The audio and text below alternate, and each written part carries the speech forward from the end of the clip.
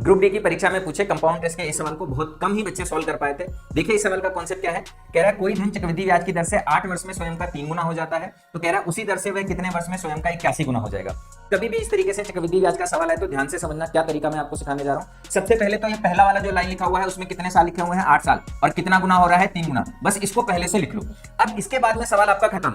दूसरी बार क्या कह रहा है, कितना गुना करना है, 81 गुना करना है, तो गुने को गुने की तरफ लिखो, यहाँ पे 81 गुना, और इस 81 गुना को इस 3 के टर्म में लिखो। 3 के टर्म में किस तरीके से लिखेंगे, ये 3 की कितनी पावर है, ये 3 की पावर है 4। अब आपको अगर ये बोला जाए कि 81 गुना होने में टोटल कितना समय लगेगा, तो ये जो साल है इस साल को इस घात के साथ में बस गुणा कर दो, 8 चौक कितना हो जाएगा 32 साल, मतलब 81 गुना होने में हमारा कुल कितना समय लग जाएगा 32 साल। यही हमारे सवाल का क्या हो जाएगा, आंसर हो जाएगा। लेकिन आजकल रिसेंट एग्जाम में एक और ट्रेंड आ रहा है कि इसी सवाल में कितने और वर्ष में पूछा जाए, कितने और वर्ष में स्वयं का 81 गुना हो जाए, तो इस सवाल का आंसर बदल जाएगा। फिर क्या आंसर हो जाएगा, देखो 3 गुना होने में 8 साल लग रहा है, 81 गुना होने में 32 साल लग रहा है, लेकिन ये 32 साल कुल 32 साल है। अगर ये बोला जाए कि 3 गुना हो चुका है और 81 गुना होने में और कितना समय लगेगा, तो 8 साल हो चुका है और कितना समय लगेगा 32 साल होने में, 24 साल और लग जाएगा। अगर इस तरीके से बोला जाएगा कि और कितने वर्ष लगेंगे, तो इस सवाल का आंसर क्या हो जाएगा 24 साल। और इस पैटर्न पे रिसेंट एग्जाम में सवाल पूछे जा रहे हैं। कॉन्सेप्ट कैसा लगा कमेंट करके जरूर बताइएगा।